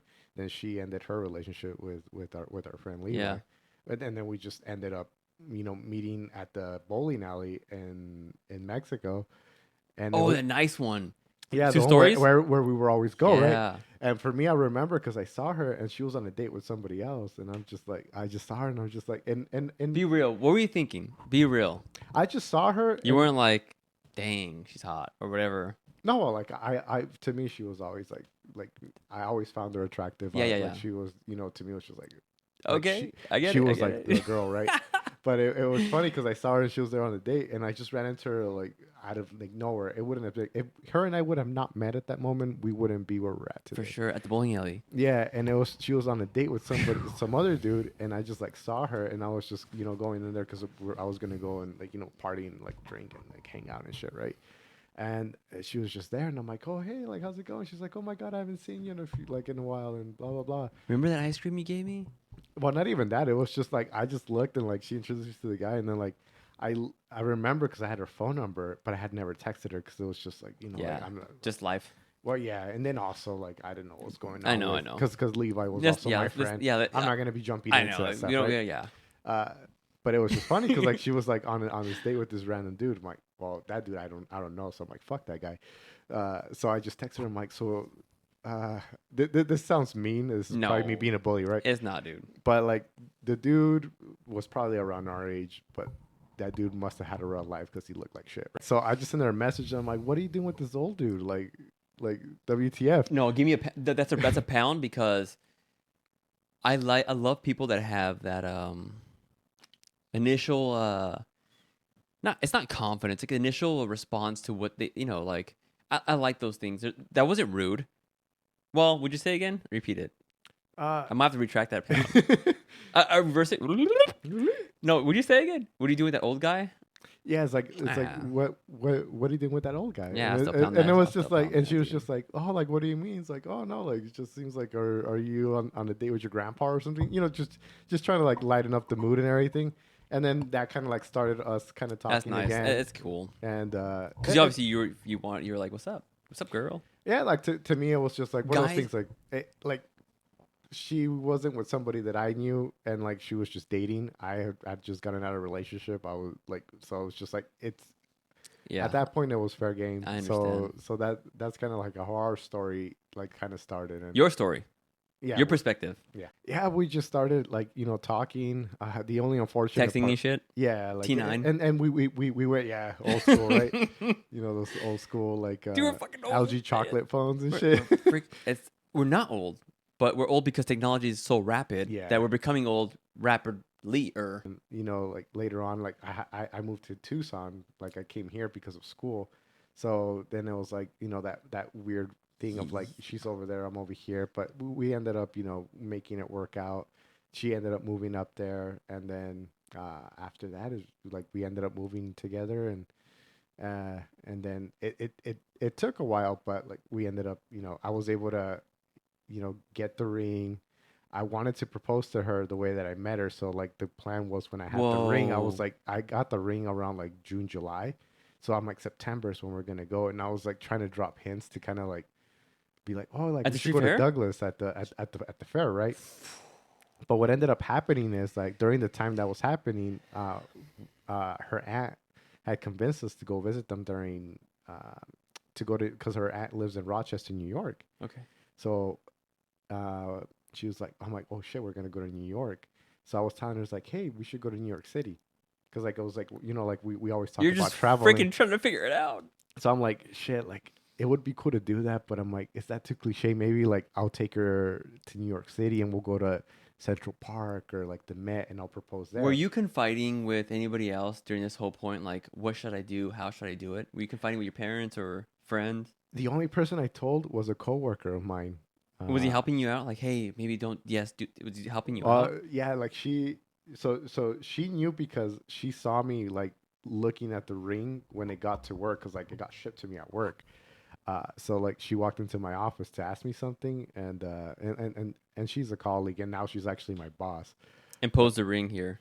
Yeah, so I need a photo of the ring. Pose it. So yeah, so your friend, your co, now she's your boss. Yeah, so like I was looking at it, and she's just like, oh my god!" She's like, are you gonna be proposing?" And because Yeah, she yeah. she knows Jessica, like she's Oh, met she her and everything. knew. Yeah, so I was telling her like, yeah, and I was telling her like I was thinking of doing this and that. And she's like, well, like whatever you decided, like she's probably gonna like don't worry about it. It's like she'll Were they say, friends? well, they're not friends. Like my Well, back boss, then. like they knew each other. Like my boss, she's like my parents' age, but like when I would go on work trips, like Jessica sometimes would tag along. Like I went to Denver Oh, and like okay. and I like get it. I get it. Okay. so like there's So those she saw the ring and she so said, she saw the ring and she was just like, oh shoot, like are you gonna propose? Oh, like get super excited, well, right? of course. And then I was just telling like, yeah, I'm trying to think, like I'm thinking about like maybe I might do it like in Central Park, and because So like we always what changed your mind from doing it from the street fair to Central Park? Because it's New York. yeah Or okay. So so you're adapting. so for me it was just kind of like like storytelling. So it's just like, okay, like I could go and do it at the fair, but I'm like maybe it would be a little bit more special to be able to have something different and like have the story to tell, like when we have kids and all this other shit to tell. It's like You're making me want to get married, man. it, This is it- such a beautiful story. yeah, like Okay, I come on, think, keep going. so so basically it ended up being where it's like my initial thought was like, okay, propose at the fair, but to me it was just like after the opportunity of like Jessica's like a big art fan, like so to me it's like, oh well, maybe it would be cool to just take her, like we'll be in New York, we'll be in Manhattan, we'll go and like we'll go to the galleries to look at all these artists that she like, Marry me, man. and then like go into like Central Park and like in like either like by the Basidia like fountain or somewhere around The there. image is so gorgeous. Just thinking about, because you're right. You're 100%. The image would be forever, like oh, It feels like a rom-com, right? Like 100%. yeah, Like a so- movie. Yeah, exactly. 1000%. So to me it's like that's what ended up happening, and it was just like Wait. What do you mean ended up happening? Manhattan? yeah. So what it was? So my plan was to do it at the Cochise County Fair, but then I had that change of heart where I'm like, okay, now we have the opportunity. We're gonna go to Rochester for Thanksgiving. I'm like, I booked the hotel like for us to go and like spend like a few days in New York City, because she was excited. She's like, imagine like for Jessica and I, our favorite season is Christmas. So like it's like that right after like they have the Rockefeller tree and all this other stuff like lit up around that time. So we're like, hey, let's go to New York, but like she I don't think she knew I was gonna be doing that. 100%. No way.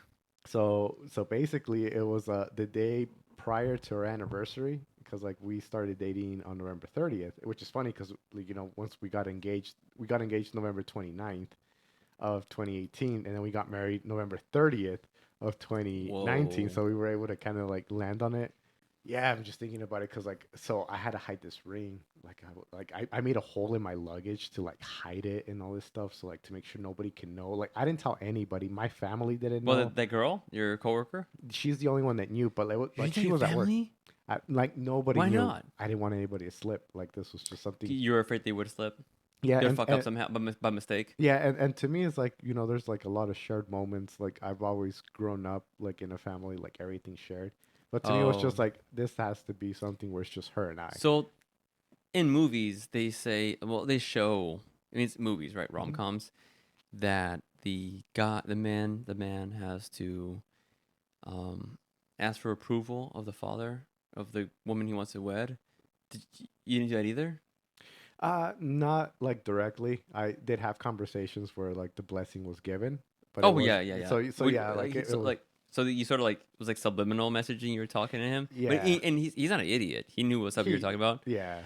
Okay. So like that's cool. it was there, but to me it was just kind of like I wanted to make sure that moment was just hers and I. That's so cool. So like having somebody that was like an out, like kind of like in the outside, like kind of like You're a badass, man. helping. Just fucking you snipered it. Yeah, but like the only thing that I'm like the only thing that I always kind of look back on, I wish I would have done it sooner. It's just like Why?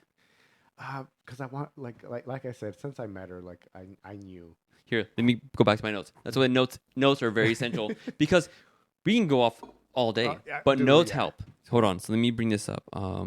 Oh, here's a topic we need to talk about. For those who are listening, you probably dropped out by now because we're about 2 hours in. This man here Yeah. is a Pokemon connoisseur.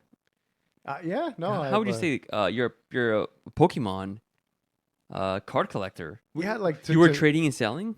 Yeah, so like basically, like buying, ripping, and then like Ripping. yeah, so like So trading is ripping. well, not no, ripping would be like I buy a product and open it because like there's like a community, right? So there's two different types. Like there's multiple types of collectors. There's like the folks that are like binder collectors and like kind of master sets. So they usually just open and like try to pick the cards out that they want for their binder and throw them in there. Then you have like the greater card collectors that are looking for like their specific grails, like the hyper rares and all these other things. And they're getting Tell 'em what's graded, up, dog. like either through PSA, Beckett, like that's where you find these people are like chase cards, right? So it might be like I think everybody's familiar is like, oh, I want to get that base set Charizard in like a PSA 10 or a Beckett Black Label, like those kind of things. There's those type of collectors that kind of go with the graded cards, and then you have sealed product. There's a lot of folks out there that all they do is like they'll buy product and never open it, and then they just kind of keep that. So like they'll have the booster box, they'll have like different types of elite trainer boxes or like different types of specialized product. Before Logan, so 2 questions. In those five categories, four categories, you said, what do you consider yourself in those categories? A binder? I would be more of a binder You're a person. binder So guy. like, and then and also like for me, like if there's like a card that I really like, so I'm a big like Machamp and like Raichu fan. So like when I find those cards, I'll get those graded. Because so you like them personally? Yeah, like for me, they bought like when I was little, like Raichu is pretty sick. yeah, like to me it's like yeah. Pikachu was like everybody loves. I know, but Pikachu. Raichu is just But cooler. Raichu's just He's cooler. And to me, like I always like when I was little, like everybody was like, "Oh, Pikachu this," but like when you would watch the anime and like Lieutenant Surge's Raichu, how he was kind of like full of himself, but like he was kind of like a little badass. Oh, you're right. I always thought he was like, I'm like, that's such a fucking cool Pokemon. I like him. So I like his attitude. that's the guy who went against Ash, who had Pikachu, and that's the first time Pikachu challenged that trainer with Raichu. That's when Yeah. Pikachu finally realized that he's fighting an evolved version of himself. Am I correct? Yeah, and he has that dilemma like in the episode where he's like, should I evolve to fight this Whoa. or should I like beat him? And that's like the whole thing where Raichu technically from a stats perspective was more like had higher power, but he was slower because he was bigger. So then Pikachu beat him with speed, right? Dang, I can't. You're legit. I don't even know how I remember that episode. So you're a binder. You're Yeah. a binder. More of a Collector? binder collector. Like I do dabble. Like for sealed product, I collect the Dragon Ball Super cards. So I do have a bunch of booster boxes like at my house of like Dragon Ball stuff because I'm a big Dragon Ball fan as well. And then from Yu-Gi-Oh, it's also like there's specific cards that I really like from Yu-Gi-Oh that I have. So like a lot of the trap cards that got forbidden, like Well, I'm trying to pretend like when we're having this podcast, I'm thinking like those who have no idea what the hell we're talking about. yeah. Which a lot of people don't. So I'm hoping people who are listening to know what no Pokemon cards are, or Pokemon is. I mean, because back to the point where you're saying there's different categories before Logan Paul. You were in this world before Logan Paul, but once Logan Paul started to get into it, did you see his tattoo? He has a ginormous back tattoo of Charizard. Yeah, it's Which super, means he's an actual fan. he definitely is. I feel mean, like do you have a tattoo? no, like I honestly have no tattoos. Oh, me Like, either. So crazy story. Okay, go. I'm terrified of needles. I have a super huge phobia. So the only reason I don't have tattoos is because I don't think I can Needles. make it through a session. What if because I think currently now you can do a laser tattoo. Laser, like the laser. Or maybe that like to me it's just like the whole thing of knowing there's a needle just going to Interesting. It just freaks me the fuck out. Oh, I have something for you. I'm not quite sure if you want it, but I have something for you. Oh, cool. We're gonna start. We have like 15 minutes in the pod. We can still hang out, but because it's gonna get. Super long, yeah. Well, no, editing, dude. Oh my god. I do have something for you. Not quite sure you want it, but here, let me go get it for you. Sure. Stay on. You can talk if you want. You can make some noise. All right. Make some beats. It's right here. It's not that far. My legs are sore. So my legs are sore. I fucking. Your legs 3 days in a row. Oh shit. Don't worry. I would try to clean it. We sprayed a lot of disinfectant on it. Oh, dude, this is fucking Check dope. it out. That's for you. God damn, this is the new mascot right Your here. dog's gonna destroy that. Oh no, this is gonna go in a place where she can't get to it. I wish I can see the camera. I can't see the camera, but if you want, you can place him in the center. But that's for you. That's yours. Thank you, man. I appreciate It's it. pretty cool, huh? I actually have a big Snorlax, so like. This is Oh gonna be my, perfect. for real? Yeah. Dude, I was trying to find a Squirtle. I was trying to find Ivysaur. Dude, look how good the color is on the eyes. Yeah. They No, did a this is good cool. job. Yeah, dude. This is yours. Oh, thank you, man. I appreciate And they're it. pretty cool. I'm gonna miss him. He's not Charmander. I named it Charlie. Charlie. Nah, I'm just kidding. But it's yours. Let's wrap it up. Cause we're gonna keep going, man. And also I'm on the gym sweating. And I think I'm buzzed. I think I am getting a little too buzzed. Those churros, bro. It's the churros. Yeah. They have no idea what's going on. I have another gift for you, but let me finish up. Let me find my questions. Oh, we had more questions. I didn't want to bring it up on the podcast because I don't feel like it's valuable, but I'm gonna ask it anyways, just in case. While I'm editing, I might keep it in. Yeah. We got 2 questions more. We got one from Beaver. Nice. Ask him why is he gay. Oh, me? That's the question. Oh, well, he knows the answer, and that's because of him. So. Okay. Well, then I'm gonna keep it in. I'm gonna send it to him. It's cutting. Mhm. All right. So here, hey guys. So this. Well, that's cut that out too. That was weird. I obviously made it apparent that I cut it. Yeah. That's how new I am, dude. In experience. No, I did want to ask you this question. Did you not see Jamal Hill's recent post? Dude, that's crazy to think that he got injured playing in International Fight Week basketball game, and it was so crazy. When I was driving here, like no lie, I was like listening to Chael Sonnen video on this, where he's just like, what is he doing? Why is he giving this up? And like the injury, and is he doing it because Jerry did it something similar? But An now we're in Achilles- this weird place, right? Yeah, the Achilles rupture. Like, You don't joke about that. well, no, like I think he's seriously injured. But the one thing about it is like, so like fighting, there's a lot of politics in it too, right? 100%. So like the money, like if you have that belt, that's the money. So, So like if give me your opinion. I'm sorry, I'm interrupting. Just go vent. shit, like to me, like I could see why he's like relinquishing the title, because he got it because Jerry was the champion. He fucked up his shoulder, and he's like, I'm not gonna be able to fight like in the next year or so. So you guys go and do it. So I think from a sportsmanship perspective, he kind of like didn't want to sit on the title, knowing that he, like in Achilles rupture, that dude's gonna be out for like a year to 18 months. Like that's rough to come back from. Worse than So- the shoulder injury that Yuri had. I would honestly think so, Oh, like easily, because like everybody says like Jerry's like, oh my god, like bro, it's the a worst shoulder injury. injuries is like the most very common. common, no right? matter how intense it is, an Achilles rupture Yeah, is ridiculous. How the fuck? You feel your Achilles, man. Like it's a very thick tendon. yeah, and then like from a repair perspective, the only sport that I can think like that I heard of that deals with that is gymnastics, and even like high level like gymnasts, like it even with the best doctors, like it's minimum a year. Not So, Connor's like, doctors. well, shit, that's you getting the special sauce. I wish he would. After this, I would advise Jamal Hill wait 4 weeks, and then announce your retirement. That's It's the smartest side because you're gonna be 18 months plus. You can't recover. Look at Connor though. That was a severe injury, instant. So there's growth hormones, there's testosterone, there's anabolic steroids. It's not hard now with current science to get that repaired. no, it's not. But unfortunately, you have to announce your retirement to get out of the testing pool. Well, not even that. I think they, if I remember correctly, I think they have protocols where they can actually like not necessarily through retirement, but they can actually say like, hey, I'm gonna remove myself from the pool. I won't be eligible to fight. So there's some intricacies of what can happen. Legal loopholes. Yeah, and like and basically it's just like if you're not part of the USADA pool, it means that you're not eligible to fight within like a certain. It's so time sad, man. frame.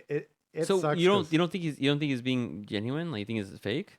No, no, no. Oh, I think he got injured. To me, it was just like trying to understand why he relinquished the title because like well, he's respectful. It's sort of like, well, what he's am I gonna being do? Hold it for on like 2 years? yeah, and I honestly think he probably did that for that reason. But like the thing about it is like if you're thinking of it from a business perspective, you want to hold on to the belt because like that's what brings in the money. I know, That guarantees that when he comes back, I he gets know, the pay per view but points. at 100% wise, he should have held on until Yuri Prohaska announced I'm ready to come back. He should have held off until then. Once Yuri said I'm ready, then say I'm out, because it'd been like what extra month of money for sponsors and holding. Yeah, like being the Yeah, champ, right? but that's being smart financially. Hmm. In my mind, I'm thinking this.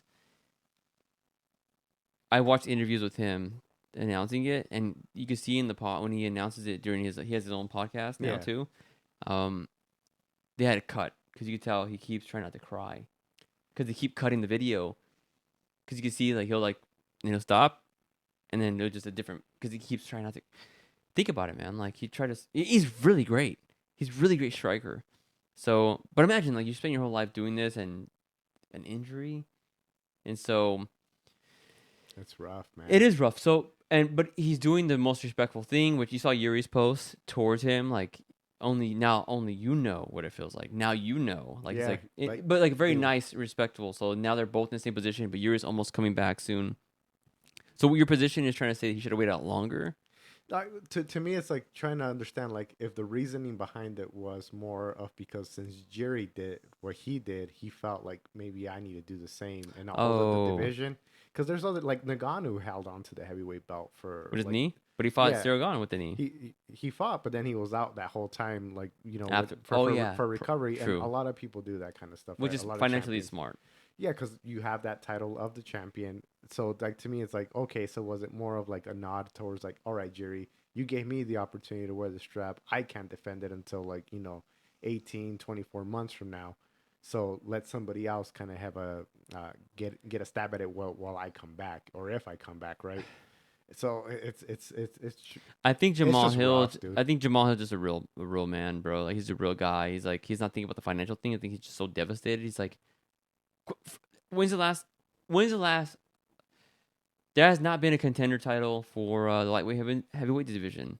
There has not been. No, the closest one is the one that's happening. Alex Pereira and Yan, Yeah, which that I'm down with because that falls in line with UFC's strategy to make Alex Pereira the champion if he beats against Yan, which I don't think so, but also I don't know because Alex Pereira could knee him, could fucking knock him out, and vice versa. Grapple, Yan can grapple Alex fuck Pereira. him, yeah. We don't know who's gonna win. I have no idea. Who do you think's gonna win against Alex Pereira and Yan Bohovic? Fuck, dude, that's a tough fight because I don't have no idea. so like Pajeda, so I follow Pajeda like through like his glory days also, like when he was in doing glory kickboxing, and at light heavyweight, he's a bad motherfucker. Like if you thought he was scary at middleweight, that yeah. dude's even scary at light Guess heavyweight. who was his trainer?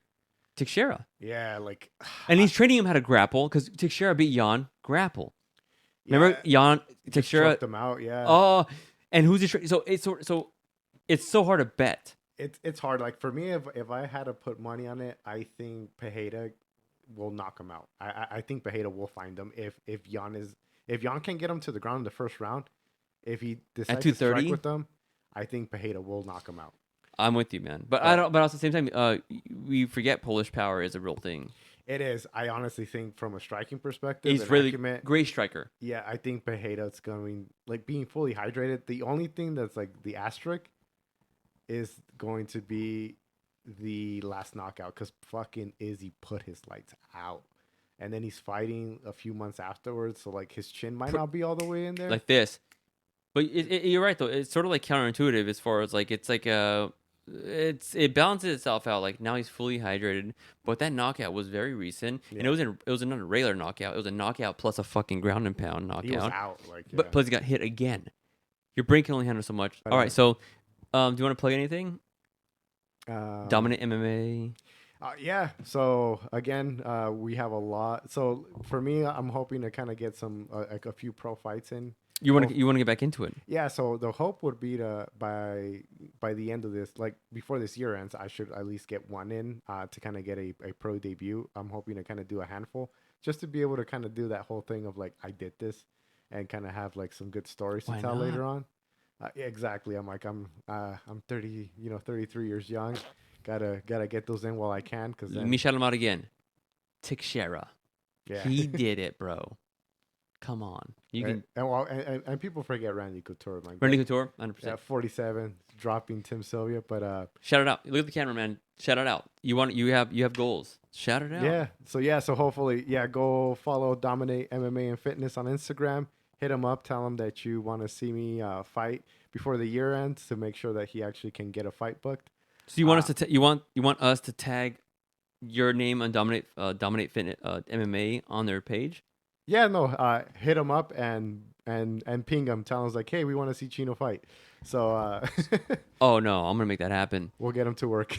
I'm gonna make it easy. We're gonna tag his name Chino on Dominate MMA Fitness, which I'll put the tag here on Instagram. And where do we tag it on any of the posts?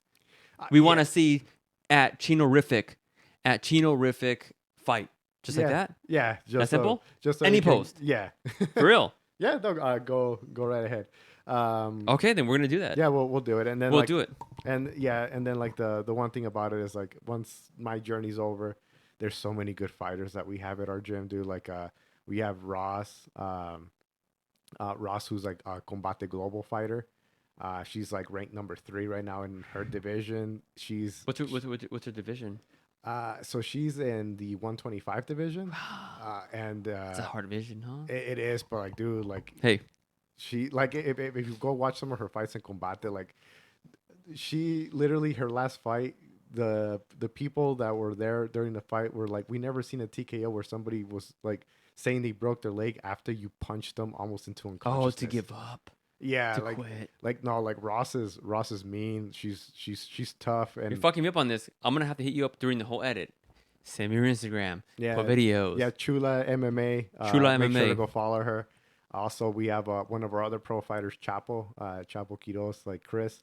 I've been seeing that guy. You've been tagging him a lot in your Yeah, no, stories. Chapo, man, that For a long time, I confused Chapo with Dead Game.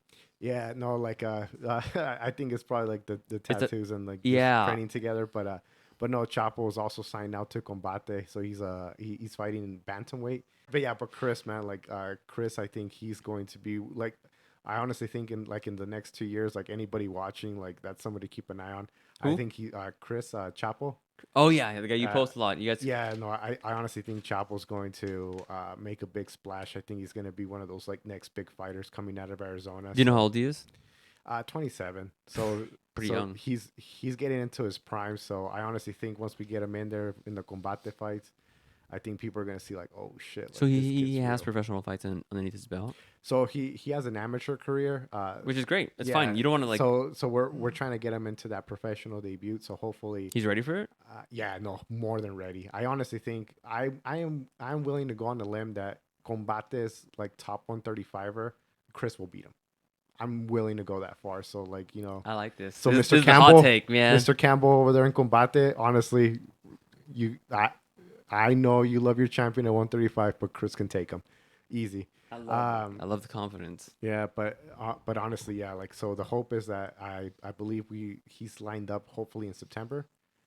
Nothing 100% official, but that's what's being shot for. So him and Ross are gonna go up to Miami, go fight in Combate, and you're put gonna- on a show. Where you be purpose camp? I'll be definitely helping them out with their camp. So mainly like what I'm one of the bodies for them to kind of work with, but also like the jiu-jitsu person that helps them out with some of the techniques. But then Bernie's the mastermind. Bernie's like the head and the head person at Dominate. He's like him and I told you like way back. Yeah. We know each other for like So over crazy. 20 It's years. full circle. Like you guys ended up together at the end. Yeah. Which is pretty amazing. Yeah, so yeah, like I honestly think we're gonna have a very good showing at that September show. And yeah, no, like if you're an MMA fan and you're from Arizona, those are two folks to keep an eye out. And our amateur program's looking good. Like I said, that one kid that's a collegiate wrestler, that specimen I didn't even get to talk about. Lance, look, the last name Kilgore. Like, isn't that like the most perfect name for I'm an gonna write this MMA down. fighter? Is that his Instagram name? I don't know what his Instagram handle is. Like, I'm this gonna be kid's hitting kinda- you up. Yeah. So I'll guys. shoot that over to you. But yeah, like that kid's also like that's like the one I'm very excited about. And he's like 25, you said. Yeah, and like we took him to Florida to go fight, and we had him like at welterweight, and he just like Dang, he's he big. he just murked And he's it. big. Yeah, like He's like Usman.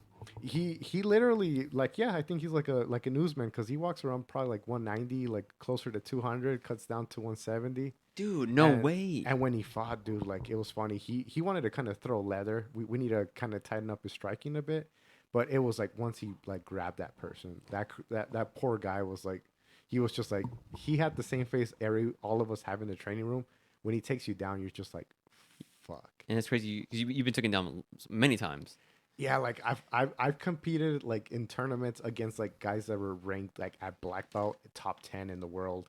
And then like even prior to that, like I've gone against like this one kid named Carlos Souza and stuff like that. Like he's like Where you felt him, you're like, what? So when I felt this kid lands, like when I roll with him, it's just like it's completely different. Like you have like no authority over the control. Is that what it feels like? Is it that bad? Or you can I'm not trying to degrade your skill level. I'm just saying No. like are you like, excuse me? Are you, like what are you thinking? It kind of feels like that. It feels like I feel like the way when I roll with people that are very new. And then like I can just kind of like okay, like I'll maneuver people however I want. He does the same thing with his skill and strength. And you have to resort to just experience. I have to resort to like I have to go deep into my bag of tricks to get Yeah. him off of me. So for me, it's like I know he's a wrestler, so he doesn't know jujitsu. So then I would roll into like different types. So it of actually leg locks. requires you to I actually have to dig and actually like go hard Fuck. to like make it an even match. Which and is, he's new. So Yeah. like if you were to like, hey, well, if you were to actually train him, you're like, hey, this is what you're doing, and this is what I'm giving you my bag of tricks. This is why I'm approaching you this way. So now you know how to avoid it. If you teach him all your bag of tricks, then he just levels up like twofold. yeah. So think Oh, of that's it. scary. He's the Broly. So we're gonna end this now, guys, and I do this, and then we just keep going. So we have Luis Chinorific Romero. Romero. Romero. Please follow him on Instagram at Chinorific, and also follow his gym, Dominant MMA, And fitness, yeah. Dominant Fitness, Yeah, dominant MMA and fitness, yeah. Dominant. Damn, I gotta take. It's long, yeah. Should I know. cut? Should I cut this and do it again? Nah, it's all good. Dang. That's Well, what hey, makes guys. it unique and authentic. So I know, but I hate it when I do the edit. I'm like, you should be more professional. Hey guys, this is Chino, Wanna be fancy? and this is Hold your dysFUNctional pinky Podcast. up like Thank you for this. listening and thank you for sticking around.